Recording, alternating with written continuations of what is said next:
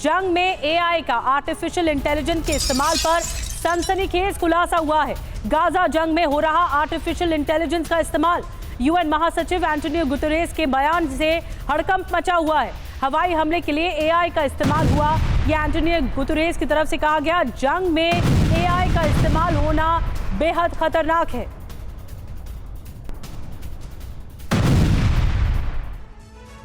और चलिए अब आपको बताते हैं कि यूएन महासचिव एंटोनियो गुटेरेस ने गाजा जंग में एआई के इस्तेमाल पर क्या कहा है, क्या बयान दिया है। तो साफ तौर पे वो कह रहे हैं कि इजराइल एआई का इस्तेमाल कर रहा है इस युद्ध में, और गाजा युद्ध में हमास के खिलाफ एआई का इस्तेमाल किया जा रहा है। हवाई हमलों के लिए आर्टिफिशियल इंटेलिजेंस यानी एआई का इस्तेमाल किया जा रहा है, और मशीनों के जरिए इजराइल बमबारी कर रहा है। एआई के इस्तेमाल से गाजा में बड़ी तबाही हुई है और एआई की वजह से बड़ी संख्या में लोग मारे जा रहे हैं। एआई का इस्तेमाल अच्छे कामों के लिए हो, यह भी अपील किया अपने बयान में उन्होंने। युद्ध लड़ने के लिए ना हो एआई का इस्तेमाल, इसे काफी खतरनाक बता रहे हैं एंटोनियो गुटेरेस, महासचिव यूएन के। और एक और बड़ी खबर यह कि एआई के इस्तेमाल पर इजरायली लेखक की किताब भी सामने आई है। इजराइल के सबसे खतरनाक इंटेलिजेंस यूनिट के चीफ ने किताब लिखी है इस पर। युद्ध में एआई और सैनिकों की एक टीम की बात कही गई है इसमें। एआई के इस्तेमाल से, आर्टिफिशियल इंटेलिजेंस के इस्तेमाल से टारगेट को चुनने में आसानी होती है। इजरायली इंटेलिजेंस यूनिट 8200 के चीफ हैं ब्रिगेडियर जनरल वाईएस और मनीष झा इस वक्त और ज्यादा जानकारी के साथ जुड़ गए हैं। मनीष, ये एक तरह से अपग्रेडेड वर्जन की आशंका है एआई से युद्ध लड़ा जाना। एंटोनियो गुतेरेस की चेतावनी और इस तरह से बताया जाना कि ये बहुत खतरनाक है, उसके बाद एक किताब भी इस पर लिखी गई है। क्या कुछ आशंकाएं और सामने आई हैं युद्ध भड़काने को लेकर? क्या एआई के जरिए अब युद्ध लड़ा जाएगा? बिल्कुल, देखिए, इजराइल में जब हम लोग मौजूद थे तब इसकी बातें सुना तो करते थे। इजरायली सिक्योरिटी एक्सपर्ट्स इसके बारे में चर्चा करते थे, लेकिन अब जबकि संयुक्त राष्ट्र के महासचिव ने इस पर चिंता जताई है कि जिस तरीके से इजराइल में युद्ध के दरमियान आर्टिफिशियल इंटेलिजेंस का इस्तेमाल हो रहा है और इस वजह से भारी तबाही हो रही है। हम अपने दर्शकों को बता दें कि दरअसल इजराइल के पास जो एआई का सिस्टम है जिसके जरिए वो युद्ध में इस्तेमाल करता है, उसका नाम है गॉस्पेल। जी हाँ, गॉस्पेल नाम का एक पूरा सिस्टम है जिसके जरिए इजराइल की मिलिट्री सारे इंटेलिजेंस को गैदर करती है और उसके बाद फिर टारगेट को सेलेक्ट करती है। और टारगेट मतलब गाजा में रहने वाले सिविलियन, गाजा में रहने वाले वो लोग जो उनकी नज़र में हमास के लोग हो सकते हैं, और फिर उसके बाद बमबारी करती है। और यही वजह है कि गाजा में भीषण तबाही आपको देखने को मिलती है। एक एक दिन में 200-250 टारगेट सेलेक्ट करके गॉस्पेल एआई के जरिए भयानक तबाही लाई जाती है। और अब इसकी गूंज संयुक्त राष्ट्र तक पहुंच गई है। संयुक्त राष्ट्र के महासचिव भी ये बात कह रहे हैं। तो रूस यूक्रेन युद्ध में हमने ड्रोन वॉरफेयर देखा था, इजराइल के युद्ध में हम एआई वॉरफेयर देख रहे हैं, और एआई के वॉरफेयर की वजह से आम लोगों की बड़ी संख्या में मौत हो रही है। अब सबसे बड़ी बात यह है कि देखिए टारगेट कैसे सेलेक्ट होता है, ये जानकर आप हैरान हो जाएंगे। टारगेट सेलेक्ट करने का एक क्राइटेरिया ये भी है कि अगर कोई ज्यादा अंतराल पर फोन खरीदता है, यानी अगर आप 2-4 महीने में फोन खरीदते हैं तो एआई गॉस्पेल के नजर में आप शक के दायरे में आते हैं। अगर आप बार बार एड्रेस चेंज करते हैं तो आप एआई गॉस्पेल के नजर में शक के दायरे में आते हैं। अगर आप ऐसे व्हाट्सएप ग्रुप में हैं जिसमें से कोई संदिग्ध है तो वैसे में आप भी शक के दायरे में आते हैं। और फिर अगर आप उस जगह पर मौजूद हैं तो एआई का जो वो गॉस्पेल का टारगेट है वो बताता है कि यहाँ पर हमास के आदमी हो सकते हैं, इसलिए इसको टारगेट करो, और फिर उसके बाद वहां पर बमबारी हो जाती है। इस तरह से एआई के जरिए टारगेट का सिलेक्शन हो रहा है और उसकी वजह से बिल्कुल मनीष, एआई का मतलब यह है कि एक प्रोग्राम्ड सॉफ्टवेयर के जरिए आइडेंटिफाई किया जाना, और जिसमें एक तरीके से जो ह्यूमन एंगल है वो पूरी तरह से माइनस है। तो इसमें कहीं से भी कोई बड़ी गलतियां भी हो सकती हैं, और यही सबसे बड़ी चिंता शायद एंटोनियो गुटेरेस की, जिस पर जब उन्होंने बयान जारी किया तो कहा कि मानवता के लिए इस्तेमाल होना चाहिए था एआई का, न कि युद्ध के लिए। शुक्रिया मनीष आपका हमसे जुड़ने के लिए, इस जानकारी के लिए।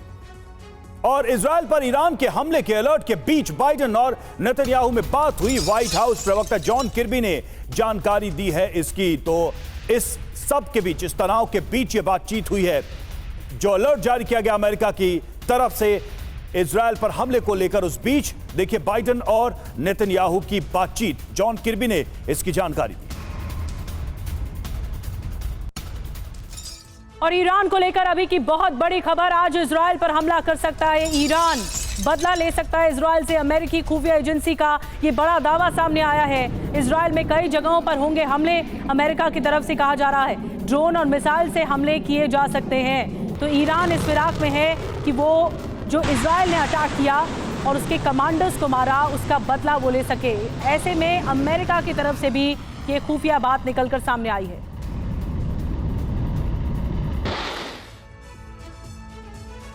और हाई अलर्ट पर ईरान की मिलिट्री, इजराइल पर हमले का अंदेशा बढ़ा। इजराइल के कई शहरों में जीपीएस सर्विस बंद कर दी गई है। देखिए, इस अलर्ट को देखते हुए ये बड़ा कदम उठाया गया। कई शहरों में जीपीएस को बंद कर दिया गया है। इजराइल पर हमले का अंदेशा है। अमेरिका की तरफ से ये वार्निंग जारी की गई है।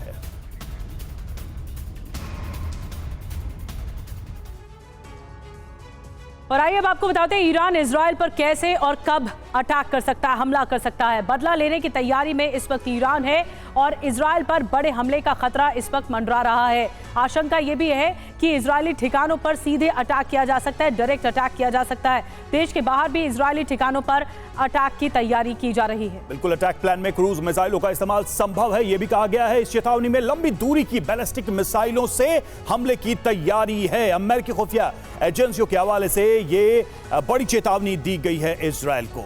और देखिए, इस बीच एक और अहम खबर यह है कि दूतावास पर हुए हमले में मारे गए अफसरों का जनाजा निकाला गया। तेहरान में उमड़ी हजारों लोगों की भीड़। अमेरिका और इजराइल से बदला लेने की मांग लोगों ने की इस जनाजे में।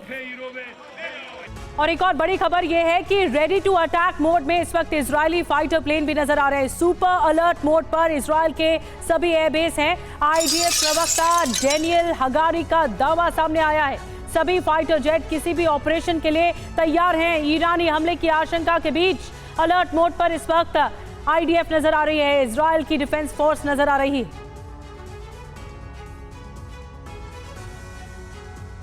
और देखिए, ईरान से खतरे को देखते हुए इजरायल के फाइटर जेट अलर्ट मोड पर हैं। वो किसी भी वक्त हमले के लिए तैयार हैं। आइए आपको इजरायल की तैयारी दिखाते हैं, क्या बड़ी तैयारी हुई है। साउथ में नॉर्थ इजरायल तक रेडी टू अटैक मोड में इजरायली फाइटर जेट रखे गए हैं। और जंगी तैयारी पर आईडीएफ प्रवक्ता रियल एडमिरल डेनियल हगारी का यह दावा है। क्या दावा है? इजरायल के सभी फाइटर जेट किसी भी ऑपरेशन के लिए किसी भी वक्त तैयार है। दुश्मन के खिलाफ विनाशकारी एयर स्ट्राइक के लिए इजरायल पूरी तरह से तैयार। जी हां, ईरानी हमले की आशंका के बीच सुपर अलर्ट मोड पर इस वक्त इजरायल की डिफेंस फोर्स नजर आ रही है। आईडीएफ लेबनान यमन की तरफ से किसी भी हमले का करारा जवाब भी दिया जाएगा, यह आईडीएफ की तरफ से कहा जा रहा है। चलिए, और अब आपको ईरान और इजरायल की ताकत दिखाते हैं कि दोनों देशों की शक्ति कैसी है, सेना की ताकत कैसी है और क्या होगा अगर इनके बीच युद्ध हुआ तो। देखिए, एक तरफ ईरान, दूसरी तरफ इजरायल। सबसे पहले बात ईरान की करते हैं। आबादी की बात करें तो 8.7 करोड़, 8.7 करोड़, 8 करोड़ 7 लाख इसकी आबादी है। इजरायल की बात करें तो 89 लाख इसकी आबादी है। बहुत अंतर है आबादी का, बहुत ही ज्यादा अंतर है। ईरान की बात करें, कुल सक्रिय सेना एक्टिव आर्मी जो है वो 5.75 लाख है, यानी 5,75,000 है। इजरायल के पास कुल सक्रिय सेना काफी कम है, 1,75,000। निधि जी और भी तुलना की जाए तो ईरान की जो पैरामिलिट्री है वो 90,000 तक है, तो इजरायल की पैरामिलिट्री 8,000 तक है। ईरान वर्सेस इजरायल किसमें कितनी ताकत आपको दिखा रहे हैं। एयरक्राफ्ट जो है ईरान के पास 541 हैं, तो वहीं इजरायल भारी है। ईरान पर एयरक्राफ्ट 601 एयरक्राफ्ट इजरायल के पास हैं।